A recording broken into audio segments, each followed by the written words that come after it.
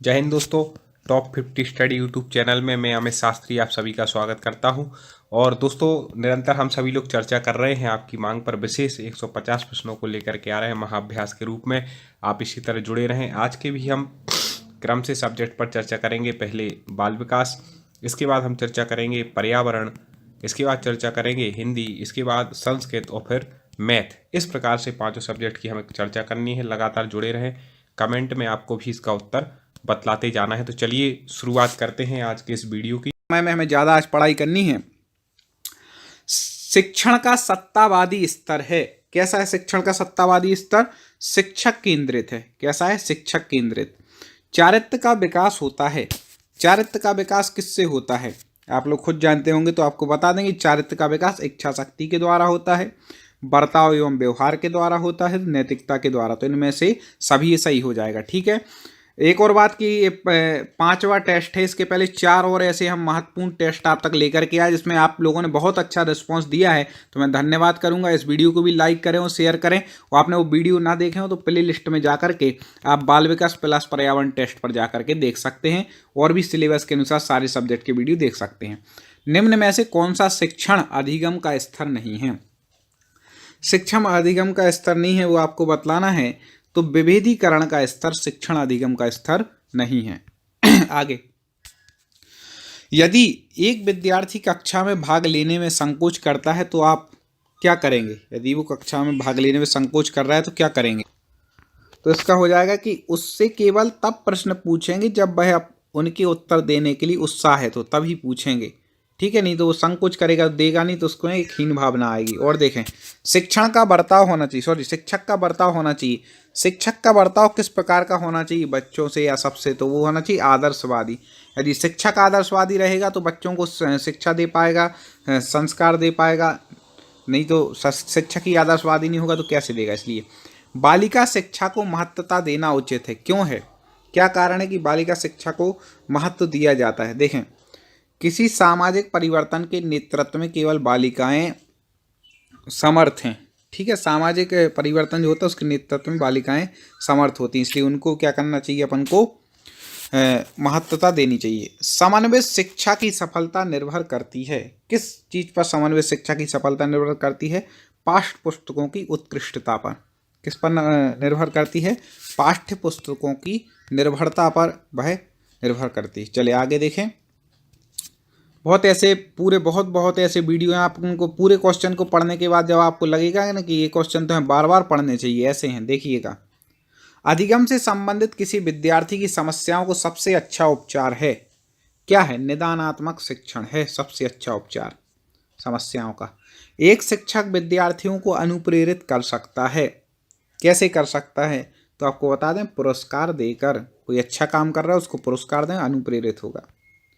यदि कोई विद्यार्थी आपका सम्मान नहीं करता तो क्या करेंगे? आप एक शिक्षक हैं। ये ऐसे क्वेश्चन आपके लगभग 4 से 5 आएंगे, आपकी समझ के जो आधार पर होना चाहिए, उसमें परफेक्ट उत्तर देना पड़ता है आपको। तो यदि कोई विद्यार्थी आपका सम्मान नहीं करता तो क्या करेंगे? उसकी उपेक्षा करेंगे, परीक्षा में कम अंक देंगे।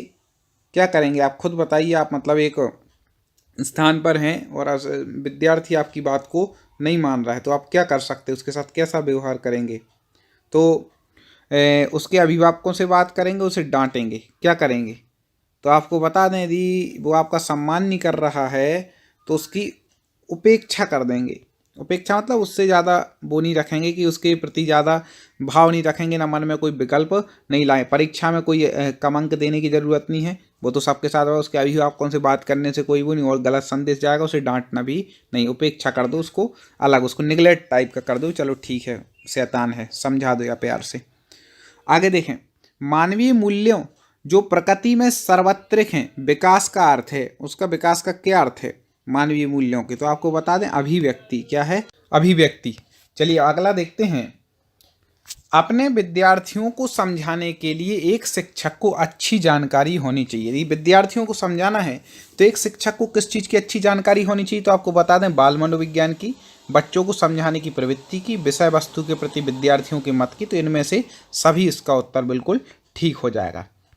आगे, निम्न में से किस स्तर के बच्चे अपने समकक्षी वर्ग में सक्रिय सदस्य बनते हैं? ठीक है, कई बार हमने देखा है पेपरों में पूछा जाता है ये वाला प्रश्न। तो आपको बता दें कि सक्रिय सदस्य कब बनते हैं अपने समकक्षी वर्ग में? किशोरावस्था में। ठीक है, एक मतलब नेतृत्व की प्रवृत्ति आती है। मनोचित्रण का संदर्भ है, किससे है मनोचित्रण का संदर्भ? तो आपको बता दें मन के प्रकार का अन्वेषण, इससे मनोचित्रण का संबंध है। और देखें महत्वपूर्ण, इसके बाद हम अभी ये 30 प्रश्न बाल विकास के हो जाएंगे, 30 पर्यावरण इसी वीडियो में चर्चा करनी है, क्योंकि सिलेबस के अनुसार बिल्कुल वैसे ही क्वेश्चन ला रहा है जैसे पेपर में पूछे जाएंगे। आगे, प्रतिभाशाली होने का संकेत निम्न में से कौन सा नहीं है? कोई बालक प्रतिभाशाली है तो कौन सा संकेत उसमें से नहीं है? तो विचारों का सृजनात्मकता, ये तो संदेश है। दूसरों के साथ लड़ना, इसका उत्तर ये हो जाएगा, ये संदेश नहीं है। बाकी अभिव्यक्ति के अनुठापन भी संदेश है, कौतूहल भी संदेश है। और देखें, एक सामान्य 12 वर्ष की उम्र के बच्चे में सबसे अधिक होना संभव है। क्या होता है एक सामान्य जो 12 वर्ष का बच्चा है उसमें सबसे अधिक? तो आपको बता दें समकक्षी के अनुमोदन के लिए बेचैनी होती है। ठीक है, और देखें, विद्यालय से विद्यार्थियों को भाग जाने का कारण। विद्यालय से आपने देखा होगा विद्यार्थी लोग भाग जाते, अपन लोग भी क्या जब पढ़ते थे ना बचपन में तो कैसे भाग जाते थे या स्कूल का गोल मार देते थे। तो क्या कारण है भैया? तो आपको बता दें समस्या के प्रति शिक्षकों की निर्दय अभिवृत्ति। निर्दय अभिवृत्ति क्यों? क्योंकि डंडे पड़ते थे, होमवर्क करके ना जाओ, याद करके ना सुनाओ, तो व्यक्ति स्कूल ही नहीं जाना चाहता था। आजकल डंडे मारना हो गया बंद, तो आजकल के बच्चे कहते नहीं हमें तो जाना है स्कूल। और देखें, विद्यार्थियों में श्रम की स्फूर्ति का विकास करने के लिए क्या करना चाहिए? तो समय समय पर विद्यार्थियों को श्रम करने का अवसर देना पड़ता है। ठीक है, लेकिन डंडे मारना भी सही था, क्योंकि कहा जाता है कि गुरुजी मारे दम दम और विद्या आवे छम छम, लेकिन एक सीमा में जहाँ गलती हो। बाल विकास की परिभाषा का अध्ययन क्षेत्र है। क्या है बाल विकास की परिभाषा का अध्ययन क्षेत्र? तो आपको बता दें किसी बच्चे का संज्ञानात्मक, सामाजिक तथा दूसरे सामर्थ्यों का क्रमिक विकास के लिए उत्तरदायी होगा। ये है। अब देखें, प्राथमिक शिक्षक के लिए बाल मनोविज्ञान आवश्यक है। क्यों है प्राथमिक शिक्षक के लिए बाल मनोविज्ञान आवश्यक? तो आपको बता दें कि यह बच्चों के व्यवहार को समझने में शिक्षक की सहायता करता है, इसलिए प्राथमिक शिक्षक पर बाल मनोविज्ञान आवश्यक है। ठीक है, और आप यदि तैयारी कर रहे हो पूरी सिलेबस के अनुसार तो आप चैनल को सब्सक्राइब कर लेना, और पिछले वीडियो देखने के लिए प्लेलिस्ट में जाके हर सब्जेक्ट के देख सकते हैं। विद्यार्थियों के अवांछित व्यवहार को किंचित परिवर्तन में सबसे प्रभावी पद्धति है। सबसे प्रभावी पद्धति कौन सी है?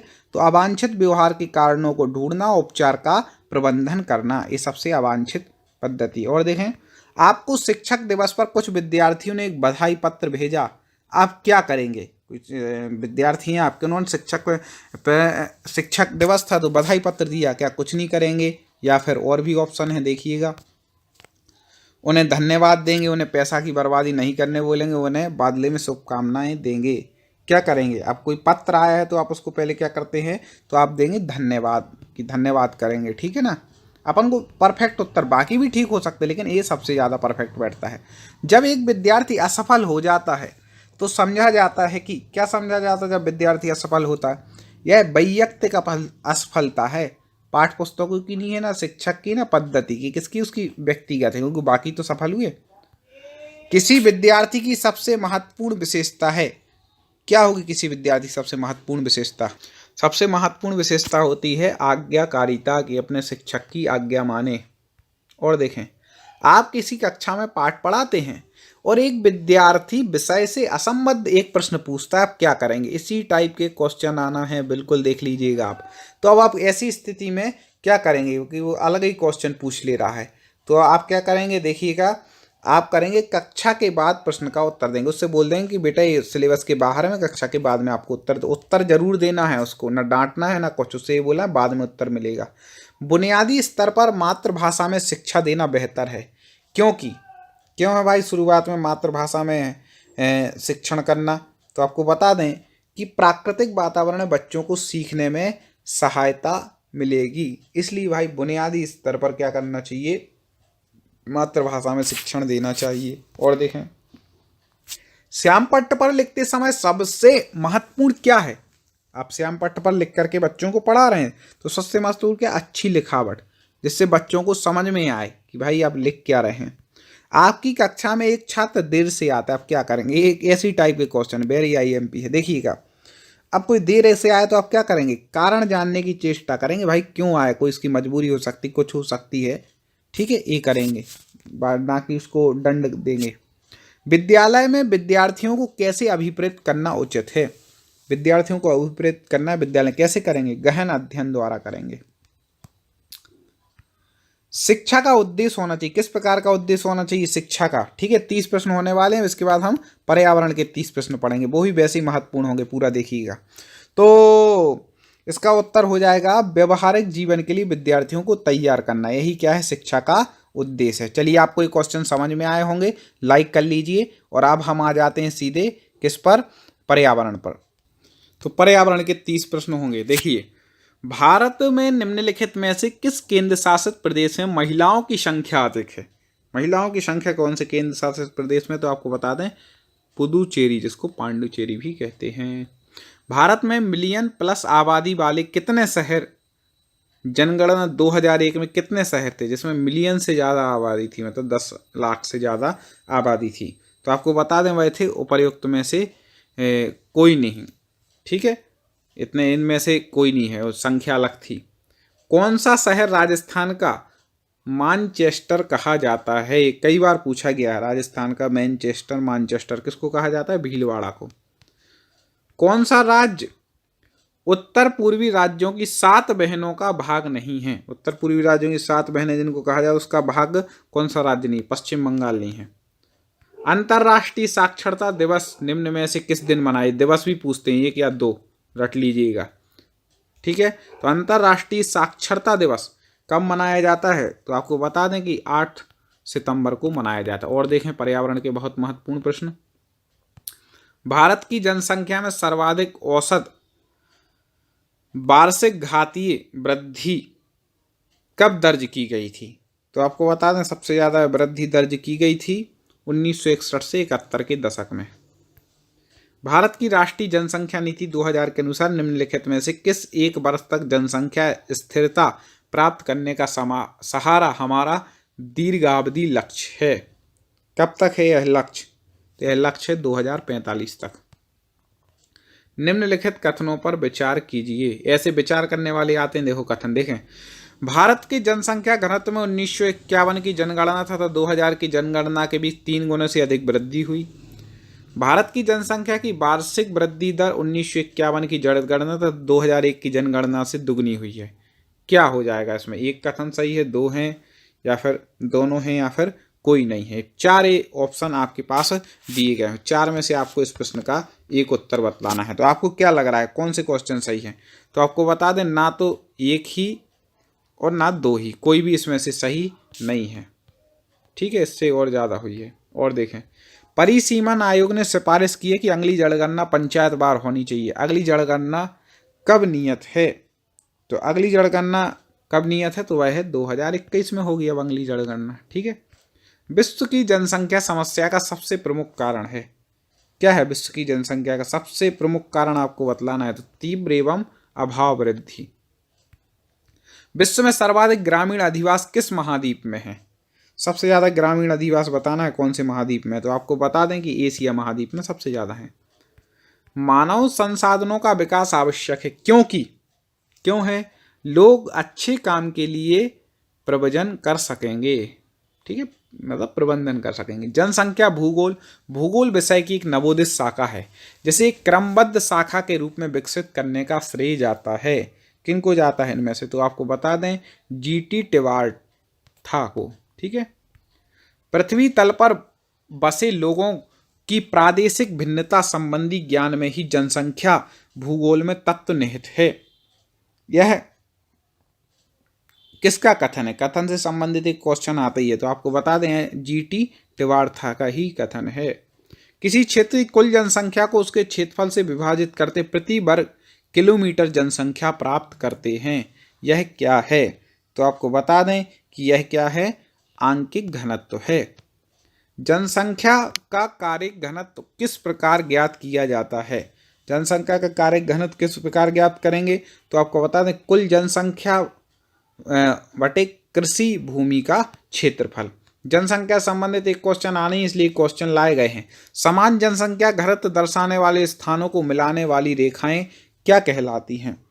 तो आपको बता दें कि वह आइसोपलेथ कहलाती हैं। और देखें, निम्नलिखित में से कौन सा कारक जनसंख्या को प्रभावित नहीं करता है? कई बार पूछा गया, वेरी वेरी आईएमपी।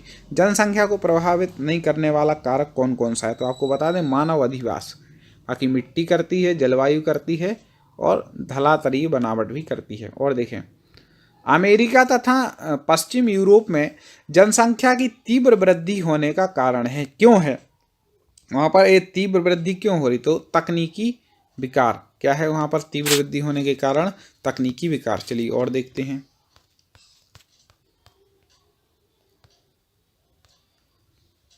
वर्ष 2000 की जनगणना अनुसार विश्व में जनसंख्या की औसत घनत्व प्रति वर्ग किलोमीटर कितना है?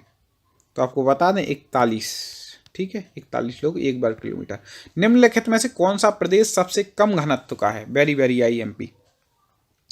तो आपको बता दें कि ध्रुवीय पर जो प्रदेश होते हैं वो सबसे कम घनत्व के होते हैं। और देखें, उच्च पर्वतीय भागों में जनसंख्या विरल पाई जाती है, क्यों पाई जाती है उच्च पर्वतीय भागों में जनसंख्या विरल? क्योंकि यहाँ धरातल ऊबड़ खाबड़ एवं अभिगम्य होता है, तो ऊबड़ खाबड़ स्थानों पर कम लोग रहते, पर्वतों में कितने लोग रह पाएंगे, इसलिए। उत्तर पूर्व अमेरिका के तटीय भाग में जनसंख्या का घनत्व अधिक पाया जाता है, क्यों पाया जाता है भाई? तो आपको बता दें इस प्रदेश में औद्योगिकरण तथा नगरीकरण अधिक हुआ है, इसलिए लोग वहीं पर पहुंच के जाके बस गए।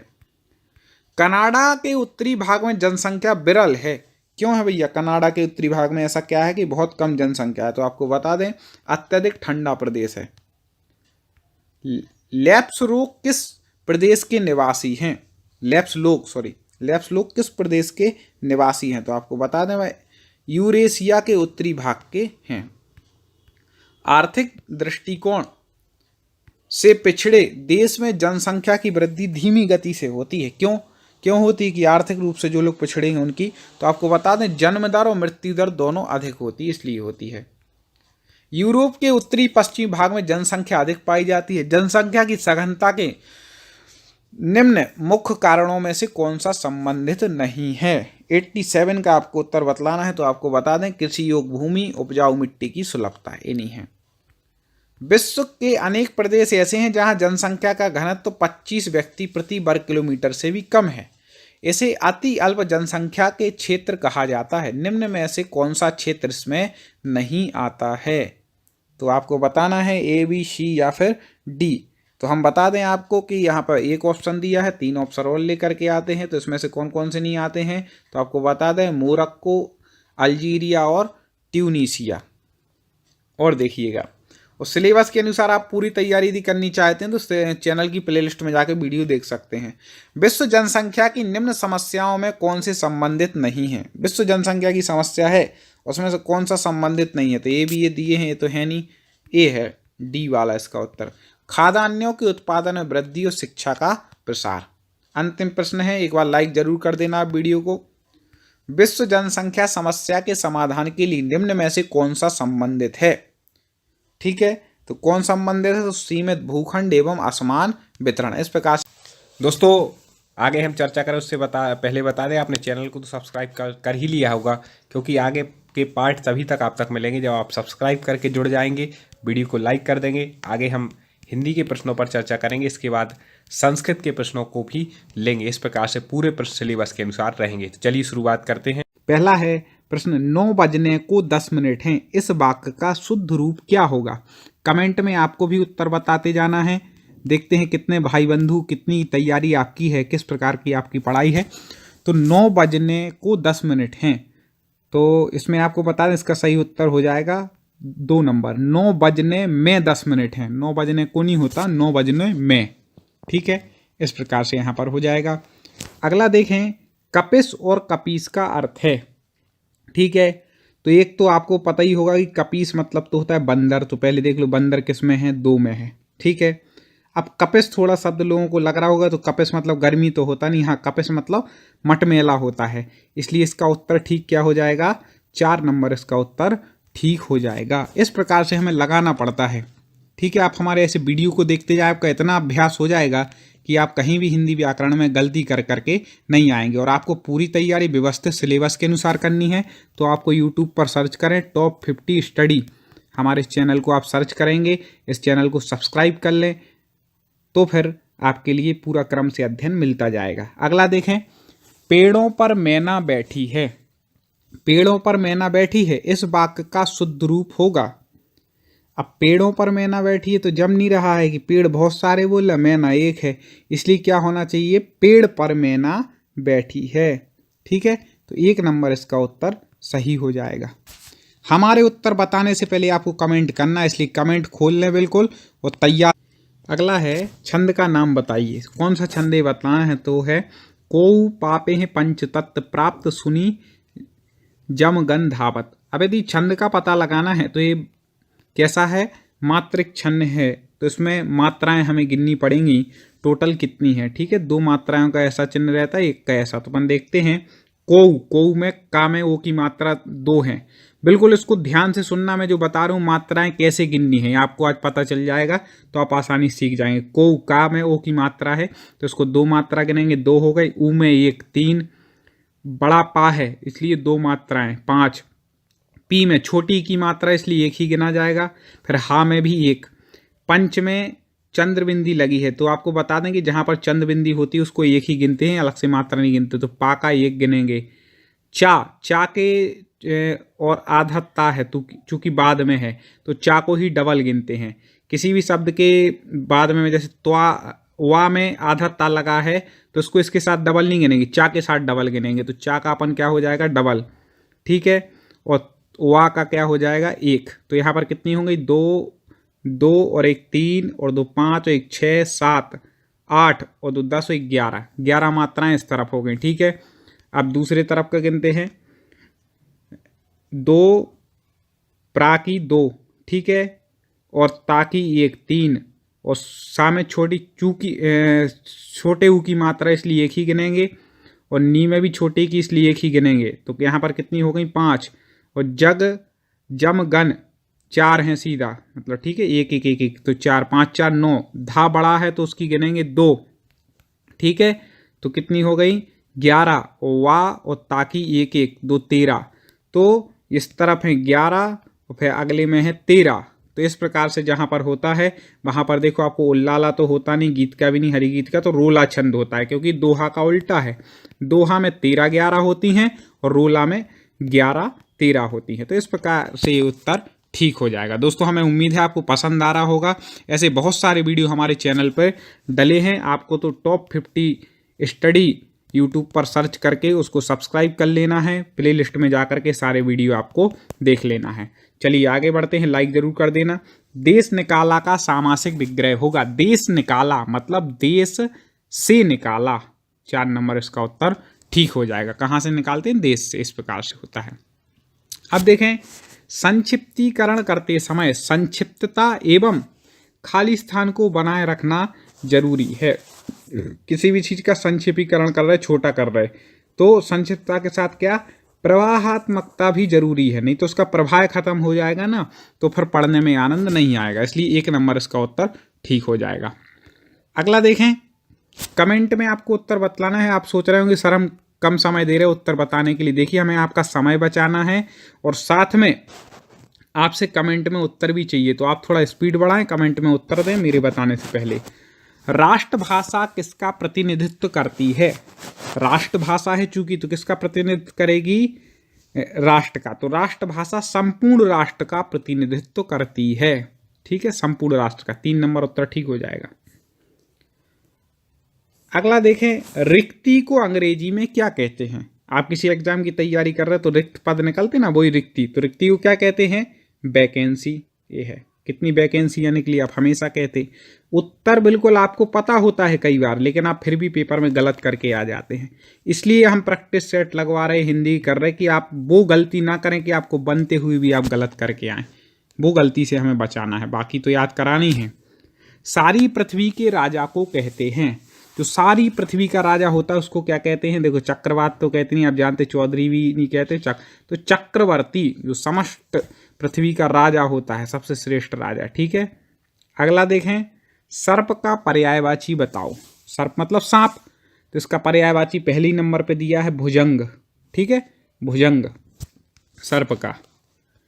अगला देखते हैं, सिने एक्सप्रेस कहाँ से प्रकाशित होता है?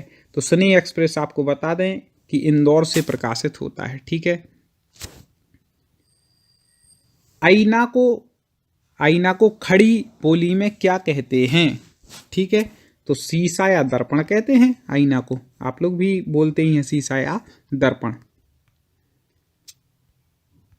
औचट को खड़ी बोली में क्या कहते हैं? औचट मतलब आवश्यकता से अधिक, उसको क्या बोलते हैं? औचट, आवश्यकता से अधिक।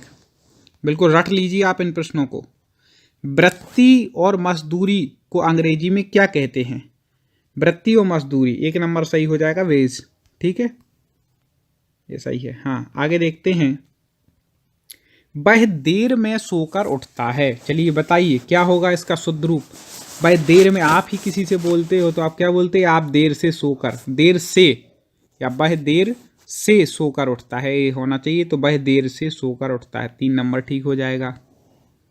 अब खुद बिल्कुल लगा के देख लीजिएगा। आगे देखें, बच्चे बूढ़े किस शब्द युग्म के अंतर्गत आते हैं? क्या कह रहे हैं? बच्चे और बूढ़े। ठीक है, बच्चे बूढ़े, तो सीधा विलोम आपको दिख ही रहा है कि बच्चे और बूढ़े विलोम शब्द के अंतर्गत आता है। पर्याय युग में दिया ना, तो कंफ्यूज नहीं होना, पर्याय युग मतलब पर्यायवाची युग में है क्या, ऐसा। अगला देखें, यहाँ पर रस का नाम बतलाना है। तो बिंद के वासी उदासी तपो बृहदारी महा बिनु नारी दुखारे। ठीक है, और गोतमतीय तरी तुलसी सो कथा सुनी मैं मुनि वृंद सुखारे। हैं सिला सब चंद्रमुखी पर से पद मंजुल कंजित खार। एक तरह तो तपोवृतधारी कह रहे, एक तरफ नारी की बात करते हैं, हास्य की प्रकटित हो रहा है। ठीक है, तो यहाँ पे कौन सा रस हो जाएगा? हास्य रस। पढ़ करके ही आता है, देखो इसके लिए अभ्यास करना पड़ता है रस पहचानने के लिए। आप ऐसे ही हमारे क्वेश्चन लगाते रहें, आपको अभ्यास हो जाएगा। बाकी अलग ट्रिक से हम जो रस पढ़ाएंगे तो उसमें तो आपको रट ही जाएगा। रस का नाम बताओ। जता पंख बिनु खग अति दीना, मणि बिनु फन करिवर करहीना, अस मम जीवन बंधु बिन तो ही, जो जड़ देव जिया भय मोही। अब यहाँ पे क्या कह रहे हैं? देखो, जथा पंख बिनु खग अति दीना, जैसे ये पंखों के बिना पक्षी कैसा होता है? अति दीन होता है, दुखी होता है। मणि बिनु फन करिवर करहीना, अब दीनहीन, ऐसी जहां पर बात आए आप खुद समझ जाए कौन सा रस होगा। करुणा की बात आ रही है तो कौन सा रस हो जाएगा? करुण रस यहां पर हो जाएगा। इतना ही समझ सकते हैं। अगला देखें, ये कई बार पूछा गया, कर का अर्थ है। कर मतलब एक तो हाथ होता है, तो हाथ इन 3 में दिया है। ठीक है, फिर दूसरा कर का जो अर्थ है वह किरण भी होता है। ठीक है, और कर का अर्थ एक जो आप कर भरते हैं टैक्स, तो 4 नंबर इसका उत्तर बिल्कुल ठीक हो जाएगा। आगे, आदि का अर्थ है, आदि मतलब पहला, प्रथम। ठीक है, तो आदि का अर्थ क्या हो जाएगा? प्रथम। आगे बढ़ते हैं, आदि अंत किस शब्द युग्म के अंतर्गत है? आदि और अंत मतलब आदि मतलब प्रारंभ, अंत मतलब समाप्त, तो क्या हो जाएगा? विलोम शब्द है, सीधा सीधा आपको दिखाई दे रहा है। अब है राजभाषा। उस भाषा को कहते हैं जिस भाषा के द्वारा, राजभाषा किस भाषा को कहते हैं? तो आपको बता दें, जिस भाषा के द्वारा किसी राज्य के प्रशासनिक कार्यों को संपन्न किया जाता है। याद रखिएगा, राजभाषा में क्या होता है? किसी राज्य के प्रशासनिक कार्य क्या होते हैं? संपन्न किए जाते हैं, प्रशासनिक कार्य संपन्न होते हैं। अगला देखें, साहित्य गुंजन नामक साहित्यिक पत्रिका कहाँ से प्रकाशित होती है? तो आपको बता दें, साहित्य गुंजन इंदौर से प्रकाशित होती है। कहाँ से होती है? इंदौर से। अब है 4 मासों का समूह का समस्त पद होगा। 4 मासों का समूह, इसको क्या कहेंगे? तो 4 मास तो क्या हो जाएगा? चौमासा। ठीक है, और चौराहा किसको कहते हैं? 4 राहों का समूह को चौराहा कहते हैं। याद रखिएगा, यहाँ पे 4 मासों का पूछा है, इसलिए क्या हो जाएगा? चौमासा। आपको जल्दबाजी में उत्तर नहीं लगाना है, नहीं तो जल्दी लगा के आगे बढ़ गए। बिल्कुल ध्यान से देखना है। चलिए, इस सामने बिल्कुल हम पेपर के ही प्रश्न लाए हैं, जिससे आपको बिल्कुल समझ में आ जाए, ऐसे प्रश्न आते हैं। 4 पैरों वाला को इनमें से क्या कहते हैं? जिसके 4 पैर होंगे, पैर मतलब पद, तो आप देख लें, चतुष्पद मतलब 4 पैर। ठीक है, इस प्रकार से आप सीधे आंसर लगा सकते हैं। अब देखें चिरंतन का विलोम होगा। चिरंतन का पहले यदि है किसी चीज का विलोम जानना है तो उसका अर्थ आना चाहिए। चिरंतन मतलब चिरकाल से जो चला आ रहा है, प्राचीन काल से जो चला आ रहा है, तो चिरंतन का क्या हो जाएगा? अब आप आसानी से लगा सकते हैं, नश्वर जो मतलब प्राचीन से, चिरकाल से, हमेशा से है, तो वो चिरंतन हो गया। और नश्वर मतलब जो नाश को प्राप्त हो गया, नश्वर हो गया। ठीक है, अगला देखें। वाक्य का नाम बताओ। रमेश ने बताया कि वह घर जा रहा है। वाक्य होते हैं मिश्र वाक्य, संयुक्त वाक्य, सरल वाक्य, ये सब कुछ आपको बिल्कुल ट्रिक के साथ पूरे सिलेबस के अनुसार पढ़ाया जाता है हमारे चैनल टॉप 50 स्टडी पर। तो आप जुड़े रहें और प्ले लिस्ट में जाकर के आप सभी सब्जेक्ट के, चाहे आप संस्कृत पढ़ रहे हो, चाहे पर्यावरण, चाहे बाल विकास, किसी भी चीज़ की आप तैयारी कर रहे हो, चाहे हिंदी साहित्य, हिंदी व्याकरण, सब कुछ यहाँ पर आपको उपलब्ध मिलता है। तो रमेश ने बताया कि वह घर जा रहा है, कैसा है? तो रमेश ने बताया कि वह घर जा रहा है, मिश्रित वाक्य है। ठीक है, संयुक्त होता है तो और वगैरह लगा रहता है, सरल होता है तो सीधा कि राम घर जा रहा है, रमेश घर जा रहा है, ऐसा हो जाता है, इसलिए मिश्रित वाक्य हो जाएगा। अगला देखें। इस वाक्य को सरल कीजिए। इस वाक्य को सरल कीजिए, इसको मतलब सरल में परिवर्तित करना है। तुम बाहर गए और वह रोने लगा। ठीक है, अब सरल वाक्य बनाना, ये है कैसा? संयुक्त वाक्य है। तुम बाहर गए वह रोने लगा। ठीक है, तो संयुक्त है। अब इसको सरल मतलब तुम्हारे बाहर जाते ही वह रोने लगा। अब देखो ये कहाँ पर लिखा है, ये 3 नंबर पर, क्योंकि आप खुद सोच लें कि आप जब वाक्य बोलते, किसी से बात करते, तो कैसे बोलेंगे जिससे वो सही प्रतीत हो।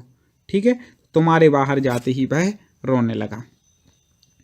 दोस्तों अभी तक लाइक ना किया हो तो एक बार लाइक जरूर कर देना और कमेंट में बताना कि आप किस एग्जाम की तैयारी कर रहे हैं, जिससे पूरे सिलेबस के अनुसार वीडियो आए। इस वाक्य को संयुक्त वाक्य में बदलिए। कठोर बनकर भी सहृदय बनो। कठोर बनकर भी सहृदय बनो। अब इसको संयुक्त बनाना है, तो कठोर बनो परंतु क्योंकि दोनों बात करेंगे, भाई कठोर तो हो लेकिन सहृदयी भी बनो, केवल कठोर ना रहो। ठीक है, तो कठोर बनो परंतु सहृदय बनो, ये हो गया। अगला देख लेते हैं। अगला है अलंकार का नाम बताओ। रस, छंद, अलंकार ये तो पूछे जाते हैं, तो अलंकार का नाम बताना है। साथ ही संधि और समास की बहुत अच्छी ट्रिकें के साथ हमने वीडियो पढ़ाया है, तो आप वो जरूर देख लीजिएगा। तो अलंकार का नाम यहाँ पूछा है। हनुमान की पूंछ में लगन ना पाई आग, लंका सारी जल गई, गए निशाचर भाग। अब ये इतना सरल है, इतने बार पूछा गया है, तो मैं चाहता हूँ इसका कमेंट में उत्तर आप लोग दें। देखते हैं कितने भाई मित्र बंधु सही उत्तर देते हैं। तो पहले देखें, व्यसनेन अस्मिन पदे का विभक्ति किमचा वचनम। ठीक है, तो व्यसनेन, व्यसन जो शब्द है उसका आपको बतलाना है कि इसमें कौन सी विभक्ति कौन सा वचन है। तो आपको बता दें इसमें तृतीया विभक्ति एक वचन है। व्यसन के रूप राम की तरह चलते हैं, जैसे अपन बोलते हैं ना रामेण, तो इसमें व्यसनेन तृतीया विभक्ति एक वचन, इसका उत्तर सही हो जाएगा। वचन लिंग कारक आप हमारे वीडियो आप हमारे चैनल पर डाला है, बहुत सरल भाषा में हमने आपको वचन लिंग कारक एक ही वीडियो में समझाया है। तो आप हमारे चैनल पर सिलेक्ट करके जाएं और प्ले लिस्ट में जा करके देख लें, आप सीधे वीडियो में जा करके देख सकते हैं। अगला देखें। ग्रामस इत्यर्थे इति पदे यह संधि अस्ति। ग्रामस इस पद में कौन सी संधि है? तो आपको बता दें कि ग्रामस जो पद है इसमें कौन सी संधि है, तो इसमें जो विक्षित हो जाएगा ग्रामस प्लस अर्थ। ठीक है, तो आ और आ मिलकर के बड़ा आ हो जाएगा, दीर्घ स्वर संधि इसमें हो जाएगी, दीर्घ संधि। अगला देखें। छात्रे भाषा विकासेन सह भाषा शिक्षणे यस्य आवश्यकता अस्ति। छात्रों में भाषा विकास के साथ भाषा शिक्षण के लिए क्या आवश्यकता है, किस चीज की आवश्यकता होती है, तो वो आपको उत्तर बताएं। कमेंट में मेरा निवेदन हुआ कि आप भी यदि बताते जाएंगे तो बहुत अच्छा रहेगा। देखिए, अभ्यास किसकी आवश्यकता है? अभ्यास की। चलिए, सामूहिक वाचने पाठस्य प्रथमम वाचनम करोति। सामूहिक वाचन में सबसे पहले कौन वाचन करता है? तो अध्यापक। सबसे पहले कौन करता है? अध्यापक। देखिए, संस्कृत भाषा में ही प्रश्न आएंगे, इसलिए आपको संस्कृत में प्रश्न समझने की आदत होनी चाहिए, एक अभ्यास होना चाहिए, आना चाहिए। पाठोपरांत मूल्यांकनम अस्ति। पाठ के उपरांत मूल्यांकन जो है वह क्या है? तो वह पाठस्य पठनास अनंतरम। पाठ के पढ़ने से बाद में क्या होता है? मूल्यांकन होता है उस चीज का। अगला देखें। श्रेष्ठ शिक्षणाय कस्या महत्वम वर्तते। श्रेष्ठ शिक्षण में किसका महत्व होता है सबसे ज्यादा? तो अध्यापकस। जैसे वो पढ़ाएंगे वैसे बच्चे सीखेंगे। मैं आपको बता दूं कि आप और भी जो विषय हैं उसके पूरे वीडियो अपलोड हो चुके हैं 2011 के पेपर के, चैनल की प्ले लिस्ट में जाकर के आप उसमें देखेंगे 2011 सॉल्व पेपर वाली प्ले लिस्ट को सिलेक्ट करेंगे तो आपको सारे 5 सब्जेक्ट की वीडियो आ जाएंगे और सिलेबस के अनुसार बिल्कुल हम आपको पूरी तैयारी 2020 की प्राथमिक शिक्षक भर्ती की करा रहे हैं। इसलिए आप हमारे चैनल को एक बार सब्सक्राइब कर लें जिससे अगला वीडियो आप तक आए तो नोटिफिकेशन पहुंच जाए। अभी तो आपको हमारी लिंक व्हाट्सएप फेसबुक पर मिल गई होगी, आप उसको भी आगे शेयर कर दें और आगे आपको वीडियो मिलते रहे, इसलिए हमारे चैनल को सब्सक्राइब कर लें।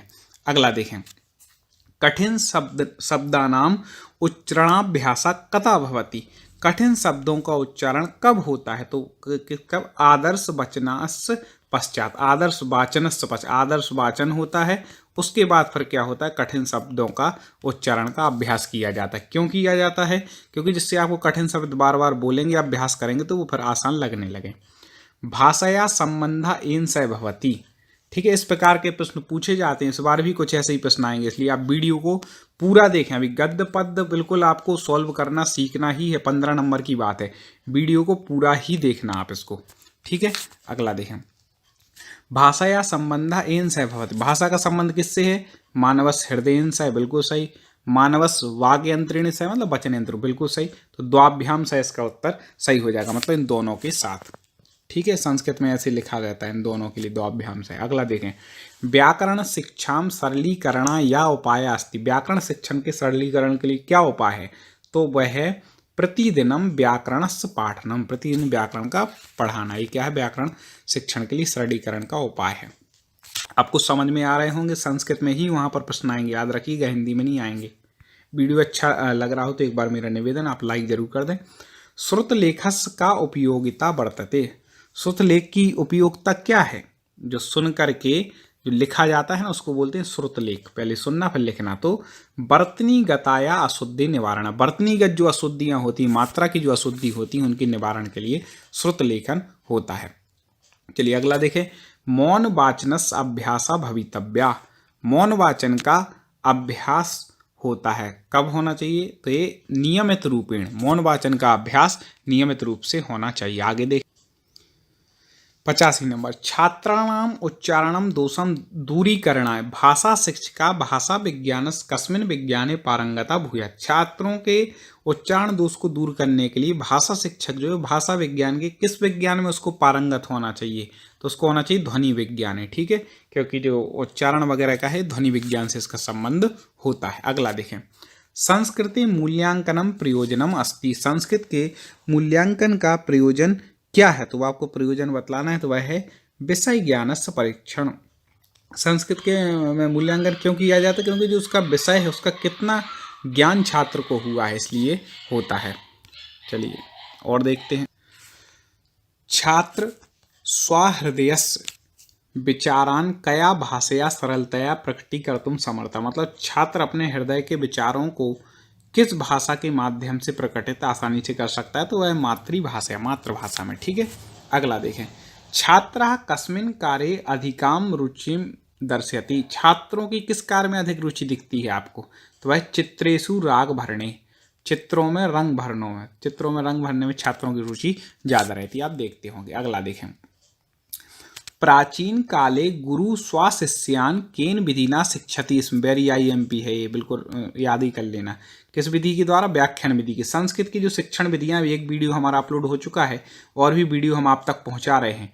ठीक है, तो आप हमारे चैनल की प्लेलिस्ट में जाकर के वीडियो देख सकते हैं, चैनल को सिलेक्ट कर सकते हैं और आपको यूट्यूब पर सर्च करना है टॉप 50 स्टडी, STUDY, ये लिखेंगे तो आपको हमारे पूरे वीडियो आपके सामने आ जाएंगे। आप संस्कृत पढ़ रहे हैं तो संस्कृत की वीडियो देखिए, बाल विकास पढ़ रहे हैं तो बाल विकास, पर्यावरण पढ़ रहे हैं तो पर्यावरण, हिंदी पढ़ रहे हैं तो हिंदी, और गणित पढ़ रहे हैं तो गणित। सारे सब्जेक्ट की वीडियो सिलेबस के अनुसार आपको मिलेंगे। इसलिए आप कोई भी टेट एग्जाम की तैयारी कर रहे हैं, हमारे चैनल से जुड़ जाएं। ठीक है, चलिए अगला देखें, अगला देखें, प्राचीन काले गुरु स्वशिष्यान केन विधि नाम शिक्षति। इस प्राचीन काल में गुरु कौन से? व्याख्यान विधि। नहीं हो गया। श्रेष्ठ मूल्यांकनस्य गुणा अस्ति। श्रेष्ठ मूल्यांकन का गुण क्या है? तो देखो, वस्तुनिष्ठता होनी चाहिए। जो अपन आप अभी जो मूल्यांकन जो आपका हो रहा है ना पेपर, ये भी वस्तुनिष्ठ है। ठीक है, विश्वसनीयता ये भी होना चाहिए, वैधता भी होनी चाहिए। तो उपर्युक्त सर्वा इसका उत्तर बिल्कुल सही हो जाएगा। अब हम चर्चा करते हैं गद्य और पद्य पर, जिसमें से 15 प्रश्नों पर हमें और अभी चर्चा करनी है। अब बिल्कुल आप वीडियो को बिल्कुल निरंतर देखते रहें, जब तक पूरा नहीं होता तब तक आप देखते रहिए गद्य पद्य कैसे हल करते हैं, आपको इसी में उत्तर मिलते हैं। कोई अलग से पढ़ने की जरूरत नहीं है, संस्कृत के गद्य पद्य में ही उत्तर छुपे रहते हैं। ठीक है, देखें उसी के अनुसार उत्तर दिए भी जाए। गद्य के पढ़ने में आपको बताएं, सबसे पहले तो एक बार आप पूरे प्रश्न पढ़ लें कि क्या प्रश्न दिए हैं, पर कम से कम 2 बार गद्यांश को पढ़ें जो गद्यांश दिया है। ठीक है, मेन बात की गद्यांश के आधार पर ही प्रश्न का उत्तर दें। आप बोलें कि नहीं इसका तो हमें पता है, अपने मन से लगा दे रहे, नहीं, गद्य में उस विषय में क्या बताया है उसके आधार पर ही आपको प्रश्न के उत्तर देना है। और संस्कृत के गद्य बड़े आसान होते हैं, आपको बता दें, सरल होते हैं। वो कैसे, अभी एक गद्य हम आपको लगवाएंगे, उससे पता चल जाएगा। इसके बाद एक पद्य पर चर्चा करेंगे जिसमें पूछा गया था।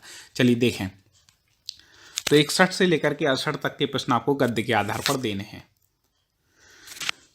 सरदार वल्लभ भाई पटेलस्य जन्म गुजरात प्रांतस्य करद नाम के ग्रामे 31 अक्टूबर, इसको बोलते हैं 163, ठीक है, 31 को 1875 ईस्वी अवध, मतलब सरदार वल्लभ भाई पटेल का जन्म गुजरात प्रांत के करद नाम के गांव में 31 अक्टूबर 1875 को हुआ। इस प्रकार से आप अर्थ मन में लगा सकते हैं। देखो गद्य में क्या किया जाए, तो मेन बातें हैं वो आपको नोट करनी है। तो इसमें मेन बात क्या हो गई, उनका जन्म कहाँ पर हुआ, तो करद नाम के गाँव में। एक हो गई, कब हुआ, 31 अक्टूबर को, ये मेन बात हो गई। ठीक है, ऐसे गद्य की मेन पॉइंट को आप लिख भी सकते हैं कागज पे, ऑनलाइन पेपर दे रहे हैं तो, या फिर एक काम कर सकते हैं कि मन में उनको बैठा सकते हैं, मेन बात है। अगला देखें, आगे देखें, अस प्रारंभिक शिक्षा नडियाद नगरस विद्यालय पर, उनकी प्रारंभिक शिक्षा कहाँ पर हुई, नडियाद नगर, ये भी मोस्ट हो गया।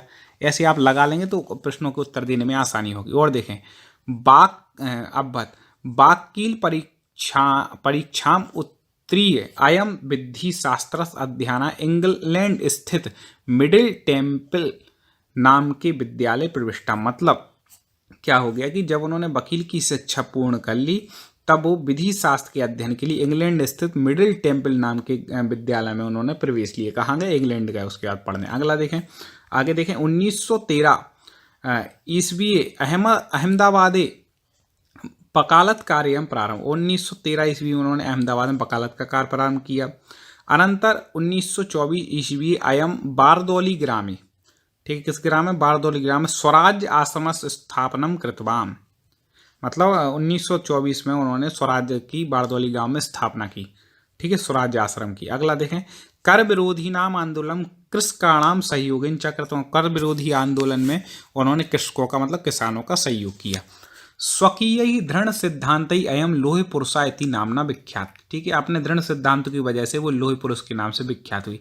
ऐसी क्वेश्चन भी प्रश्नों में आएंगे, विद्या आप नीचे देखिएगा। अगला देखें, आगे सॉरी, प्रायशः 600 हो गया। ठीक है, सप्तशती परिमितानी 60 600 राज्यानी रियासत अत्र भारते आसन, उस समय 600 रियासतें भारत में थीं।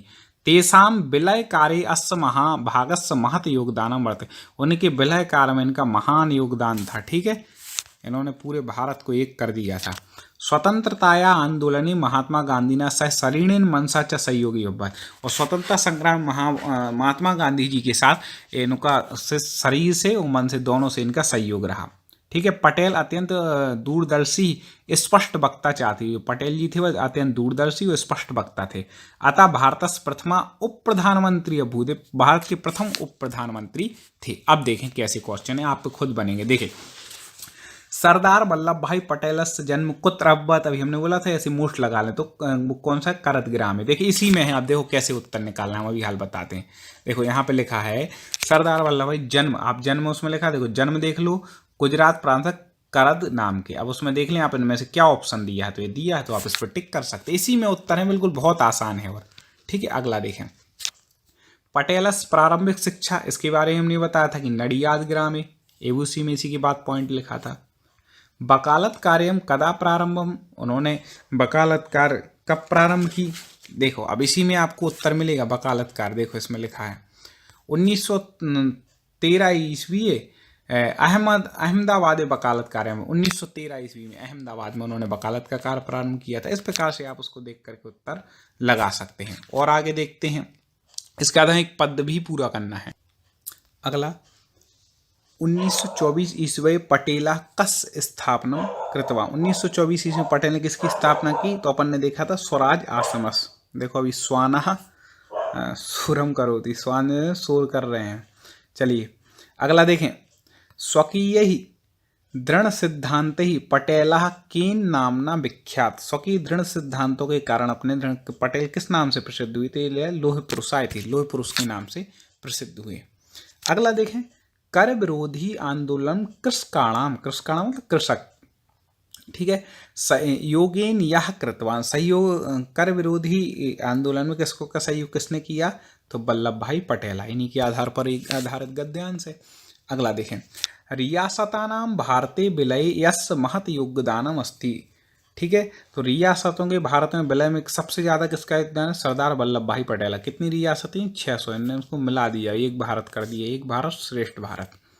और देखें। उपर्युक्त गद्यांश शीर्षकम भवति शक्य। गद्यांश का शीर्षक भी हमने देखा कई बार पूछा जाता है, तो क्या है इसमें? तो आपको बताना, मेन शीर्षक निकाला जाता है, उसका मूल भाव क्या है? तो सरदार वल्लभ भाई पटेल, इन्हीं के जीवन पर आधारित है, तो इसका क्या हो जाएगा? मेन शीर्षक।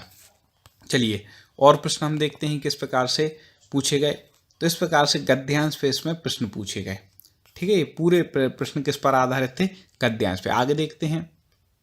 अब देखिए पद्यांश। इसमें 69 से लेकर के 75 तक के जो हैं पद्यों में श्लोकों को पढ़ना है और फिर उत्तर देना है। तो इसमें भी आपको वही अपनाना है कि पहले एक बार पूरे क्या करें, प्रश्नों को पढ़ लें, फिर जो पद्य में अब क्या है, अर्थ लगाने में थोड़ी सी आपको कठिनाई होगी, लेकिन हम बता देंगे कि अर्थ कैसे लगाना है, और नहीं बन रहा है अर्थ तो आपको कैसे उत्तर ढूंढना है इसी पद्य में से, वो हम आपको बतलाते हैं ट्रिक। देखिए पहले हम इसको पढ़ते हैं। काव्य शास्त्र विनोदेने कालो गच्छति धीमताम व्यसनेन च मूर्खाणाम निद्रया कलहेन वा।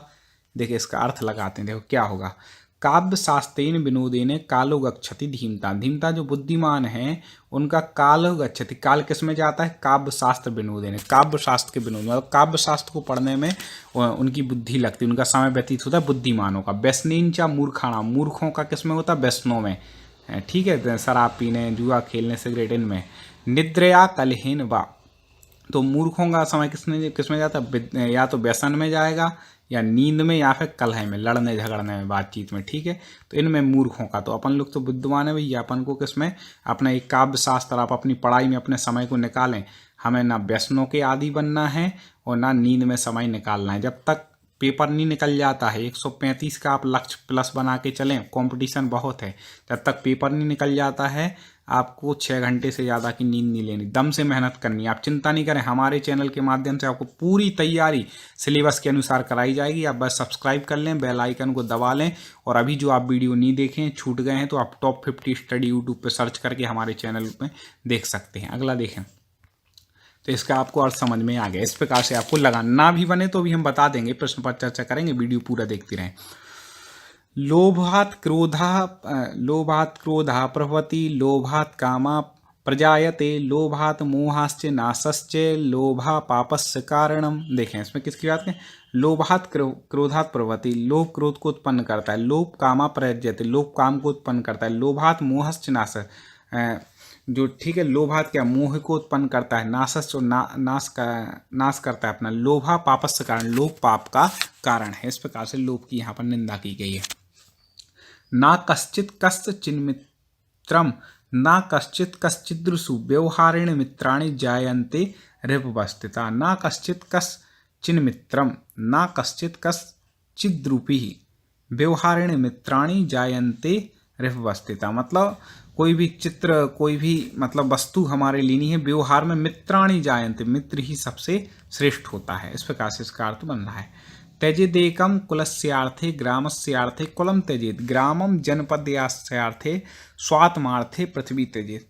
मतलब त्यजेत एकम कुलस्यार्थे ग्रामस्यार्थे कुलम त्यजेत, मतलब त्याग करना। ठीक है, कुलस्य अर्थे कुल का, ग्रामस्य कुलम त्यजे, ग्राम के कारण कुल का त्याग करना। ग्रामस्य जनपदस्य यार्थे स्वात्मार्थे पृथ्वी त्यजेत, और ग्राम के लिए क्या? जनपद, गांव से जनपद का त्याग कर दिया, और स्वात्मार्थे जो स्वात्मार्थ है उसके लिए पृथ्वी का भी त्याग करते हैं।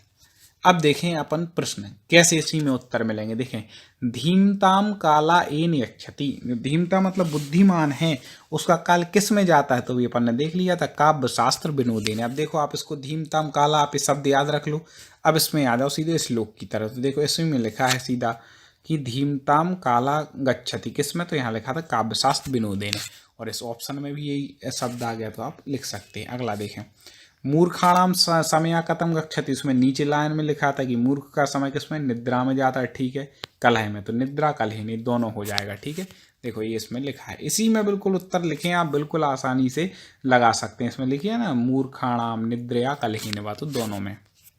और देखिए, लोभात किम न भवति, ठीक है, लोभ के कारण क्या नहीं होता है, तो देखो काम होता है, क्रोध होता, काम होता, मोह, ये सब होता, पुण्यम, पुण्य नहीं होता, ठीक है, लोभ से। और देखें, मित्राणि रिपवाचा एन जायन्ते, मित्र और रिपु किस कारण से बनते हैं, तो व्यवहारेण, व्यवहार से ही हमारे दोस्त भी बनते हैं और शत्रु भी बनते हैं। दिया था ना जब इसमें अपन ने अभी हाल पढ़ा था कि ना कश्चित कंचिन मित्रम ना कश्चित चिद्रूपी, मतलब चाहे मित्र हो चाहे कोई भी हो, वह व्यवहारेण मित्राणी जायन्ति, व्यवहार से जो मित्र है वो भी शत्रु बन जाता है, ठीक है। अगला देखो, जनपदस अर्थम कथम त्यज, जनपद के लिए क्या त्याग कर दिया लोगों ने, इसी में अपन ने पढ़ा था। आप भी कमेंट में उत्तर बताते जाइए, हम भी आपको बताते जा रहे हैं। तो जनपद के लिए ग्रामम त्यजेत, ग्राम को त्याग दिया, इसमें लिखा था ना, देखो ये लिखा है, हाँ, जनपदस्यार्थे ग्रामम, ग्राम त्याग दिया, ठीक है। इस प्रकार से यहाँ पर इसमें पूछा गया। और आगे हम प्रश्न देखते हैं किस प्रकार से थे। तो इसके बाद इसी पद से संबंधित एक प्रश्न था वेस्निनस में, इस पर हम शुरू में चर्चा कर चुके हैं। तो इस प्रकार से आपको हमारे चैनल के माध्यम से वीडियो प्राप्त हुआ। और मैथ की पेडागोजी के महत्वपूर्ण प्रश्न, विशिष्ट से सामान्य तथा स्थूल से सूक्ष्म की ओर शिक्षण सूत्र पर आधारित विधि है, तो वह कौन सी, आगमन विधि। ये विशिष्ट से सामान्य और स्थूल से सूक्ष्म की ओर ले जाती है। इसमें पहले उदाहरण रहता है, फिर उदाहरण के माध्यम से नियम सीखते हैं। चलिए और देखें, रेखागणित में कौन से आयाम को प्रमुख स्थान दिया गया है, तो रेखागणित में आकार, विस्तार, स्थिति, इन तीनों को ही प्रमुख क्या दिया है, स्थान दिया है। तो उपर्युक्त सभी इसका उत्तर ठीक हो जाएगा, ठीक है ना। चलिए आगे, यदि आपने पिछले पार्ट हमारे ना देखे हो तो बहुत महत्वपूर्ण प्रश्न हम लेकर के आए थे, आप चैनल की प्लेलिस्ट में जाकर के जरूर देख लें। चलिए, गणित शिक्षण के प्रेरणात्मक सिद्धांत के सूत्र हैं, क्या है प्रेरणात्मक सिद्धांत का सूत्र, सजीवता, क्या है, सजीवता, इस प्रकार से आते। और देखें, गणित शिक्षण के लिए पाठ योजना का निर्माण आवश्यक है, क्यों है, विषय वस्तु का विकास मुख्य स्थिर ढंग से किया जाता है, इसलिए पाठ योजना भी बनाना जरूरी है। और देखें, गणित विषय का सबसे अधिक संबंध होता है किससे, विज्ञान के साथ, इन चार में से किसके साथ होता है, विज्ञान के साथ। और देखें, गणित के नियम व निष्कर्ष कैसे होते हैं, गणित के नियम और निष्कर्ष होते हैं किस प्रकार के, वस्तुनिष्ठ और सार्वभौमिक। कैसे होते हैं गणित के नियम और निष्कर्ष, वस्तुनिष्ठ और सार्वभौमिक। अभी तो हमें पढ़ा रहे हैं, बाद में आपकी टेस्ट की भी क्लासें, जब 1 महीने पेपर का बचेगा तो डेली एक टेस्ट होगा, इसलिए आप हमारे चैनल से जुड़े रहें, प्लेलिस्ट में जाके और वीडियो जरूर देखें। चलिए, वह उद्देश्य जो शिक्षक गणित पढ़ाने के बाद कक्षा में ही प्राप्त कर लेता उसे कहते कौन सा, शिक्षण उद्देश्य, ठीक है। और देखें, गणित शिक्षण में मूल्यांकन में ब्लूप्रिंट है, क्या है, प्रश्न पत्र निर्माण करने की आधारशिला है, ठीक है। वैज्ञानिक विधि पर आधारित उपर्युक्त विधि है, कौन सी, योजना विधि वैज्ञानिक विधि पर आधारित है, निगमन है। और अधिगम अनुभव कितने प्रभावशाली रहे, तो उपर्युक्त सभी ये सब क्या है, वैज्ञानिक विधि पर आधारित विधियां हैं, ठीक है। याद रखिएगा, एक एक प्रश्न बड़ा महत्वपूर्ण है, पूरा वीडियो देखना। दैनिक पाठ्य योजना के निर्माण में सम्मिलित होता है, क्या होता है, विषय वस्तु का चयन होता है, शिक्षण उद्देश्य का निर्धारण होता है, शिक्षण विधियों का निर्माण, तो उपर्युक्त सभी हो जाएगा दैनिक पाठ्यक्रम निर्माण में, ठीक है, पाठ्य योजना में। और देखिए, सामान्य से विशिष्ट का सिद्धांत निम्न में से किस में प्रयोग होता है, निगमन विधि में। इसमें क्या होता है, पहले नियम होता है, फिर बाद में उदाहरण दिए जाते, सामान्य से विशिष्ट की ओर बढ़ते हैं। और देखें, गणित में किस विधि में हम प्रायः सूत्र और नियमों की सहायता लेते हैं, निगमन विधि में, पहले सूत्र और फिर नियम। हमने बहुत अच्छे तरीके से आपको विस्तार से आगमन निगमन विधियां पढ़ाई हैं, आप गणित की पेडागोजी वाली प्लेलिस्ट में जाके देख सकते हैं। और पूरे सिलेबस के अनुसार आपकी तैयारी करा रहे हैं, आप चैनल से जुड़े रहें। छोटी कक्षाओं में गणित विषय में रुचि उत्पन्न करने के लिए पढ़ाने का तरीका होना चाहिए, कैसा होना चाहिए, छोटी कक्षाओं के लिए मनोरंजन एवं खेल संबंधी होना चाहिए, जिससे खेल खेल में बच्चे सीख लें। और देखिए निम्न में से किसमें गणित विषय का प्रयोग स्पष्ट रूप से नहीं हो रहा, किसमें नहीं हो रहा है, तो लाभ हानि में तो हो रहा है, सब्जियां खरीदने में, उधार लेने में, साइकिल चलाने में नहीं हो रहा, ठीक है। बाकी में तो उधार ले रहे, कुछ कर रहे, पैसे गिनना देना, ये सब कुछ होता है। यदि एक विद्यार्थी गणित विषय कई बार अनुत्तीर्ण हो जाता है तो यह जानने के लिए कि गणित की किस विशेष शाखाएं वह कमजोर है, निम्न में से कौन सी विधि का प्रयोग लेंगे। इस टाइप के क्वेश्चन जरूर पूछे जाते हैं। तो कौन सी विधि का प्रयोग लेंगे, निदानात्मक तरीका अपनाएंगे ये जानने के लिए कि भाई ये किस गणित के किस शाखा में कमजोर है। और देखें छात्र गणितीय गणना में गति प्राप्त कर सकते हैं, किसके द्वारा, अभ्यास के द्वारा गति प्राप्त कर सकते हैं गणितीय गणना में। और देखिए आर्यभट्ट का समाज में योगदान बालक जान रहा है या किस उद्देश्य की पूर्ति कर रहा है, तो ये अभिरुचि की, बालक उसमें अभिरुचि ले रहा है तो वह जान रहा है कि उनका क्या योगदान है। ताश के पत्तों में छिपे अंकों के खेल को छात्र अपनी विचारधारा के अनुसार अभिव्यक्त कर रहा है, वह किस कारण से समन्वित है, तो उसके व्यक्तित्व के कारण से है। और देखें सम विषम संख्याओं को बालक सारणीबद्ध कर रहा है, वह किस उद्देश्य को प्राप्त कर रहा है, सम और विषम दोनों को कर रहा है, तो वह कौशल उसका है कि सम संख्याओं विषम संख्याओं को सारणीबद्ध कर रहा है। गणित विषय के लिए पुरातन स्त्रोत के रूप में कौन सा ग्रंथ उपयोगी है, तो ऋग्वेद पुरातन स्त्रोत, ठीक है। आगे माध्यमिक स्तर पर अंक गणित शिक्षण की विधि है आगमन निगमन विधि, माध्यमिक स्तर पर बहुत महत्वपूर्ण विधि है आगमन निगमन। और देखिए हासिल का या हाथ लगाना सम प्रत्यय में गणित में सर्वप्रथम देने वाले कौन थे, श्रीधर जी। हासिल और जो अपन लगाते हैं ना वो। छात्र व्रत तथा गोले में तुलना करता है, वह किस उद्देश्य की पूर्ति करता है, तो अवबोध की, व्रत में और गोले में तुलना करने लगता है, अवबोध, ठीक है। एक अध्यापक गणित शिक्षण में अवरोही क्रम का अनुसरण कर रहा है, वह किस विधि से प्रेरित है, निगमन विधि से है, इसलिए वो क्या कर रहा है, अवरोही क्रम का अनुसरण। प्रयोगशाला विधि किस विधि का विस्तृत रूप है, तो आगमन विधि का विस्तृत रूप है प्रयोगशाला विधि। किसी खेल के क्षेत्रफल का ज्ञान कराने में सहायक विधि है क्रिया विधि, खेल का क्षेत्रफल ज्ञान कराती है। किसी वृत्त की परिधि व व्यास में संबंध स्थापित करना इनमें से कौन सी विधि सहायक होगी, तो प्रयोगात्मक विधि सहायक होगी, ठीक है। और देखें गणित विषय की पाठ्य पुस्तकें किस विधि पर आधारित होती है, तो गणित विषय की पाठ्य पुस्तकें किस विधि पर है, संश्लेषण विधि। वेरी वेरी IMP है, बिल्कुल रट लेना, ऐसे क्वेश्चन ज़्यादातर पूछे जाते हैं जो आपको तुरंत आपकी उससे संबंधित मेमोरी से आप कितना बता पा रहे हैं। और देखें कोई उपागम किस शिक्षाविद ने देकर, इकाई जो उपागम है वह कौन से शिक्षाविद ने दिया, मॉरिसन ने। ऐसे इससे संबंधित हमने इन क्वेश्चनों में सब प्रकार के लिए हैं, कोई कथन से संबंधित भी लिए, शिक्षा उपागम से संबंधित भी लिए, सारे क्वेश्चन लिए हैं। और आपका जो टेट एग्जाम उसकी सिलेबस के अनुसार हम आपको तैयारी करा रहे हैं, इसलिए मेरा निवेदन होगा कि आप यदि सब्सक्राइबर ना हो तो सब्सक्राइब कर लें, वीडियो को लाइक जरूर करें, जिससे कि आपके लिए आगे आने वाली वीडियो मिलती रहेगी। अभी आगे भी पढ़ें उससे पहले हम आपको बता दें कि आप चाहे संस्कृत की तैयारी कर रहे हो, चाहे बाल विकास, चाहे पर्यावरण, सारे सब्जेक्ट की वीडियो हमारे चैनल पर आपको मिलेंगे। और देखें नेत्रहीन विद्यार्थियों के लिए ब्रेल लिपि का प्रतिपादन किसने किया है, ब्रेल लिपि के नाम में ही ब्रेल छुपा है, लुई ब्रेल ने, ठीक है। जो नेत्रहीन विद्यार्थी होते हैं उनके लिए ब्रेल लिपि का उपयोग किया था। इस प्रकार से 30 प्रश्नों पर हमने चर्चा की है। दोस्तों एक निवेदन और करूंगा कि चैनल को यदि तक सब्सक्राइब ना किया हो तो जरूर करना, जैसे आगे के नोटिफिकेशन मिले। पिछले वीडियो आप प्ले लिस्ट में जाकर के जरूर देखना, और सबसे विशेष बात इस वीडियो को आगे शेयर जरूर करें, अपने मित्रों तक पहुंचाएं, वो भी जिससे तैयारी कर सकें और जुड़ सकें। अगले वीडियो में पुनः मुलाकात होगी, हम चर्चा करेंगे। जय हिंद।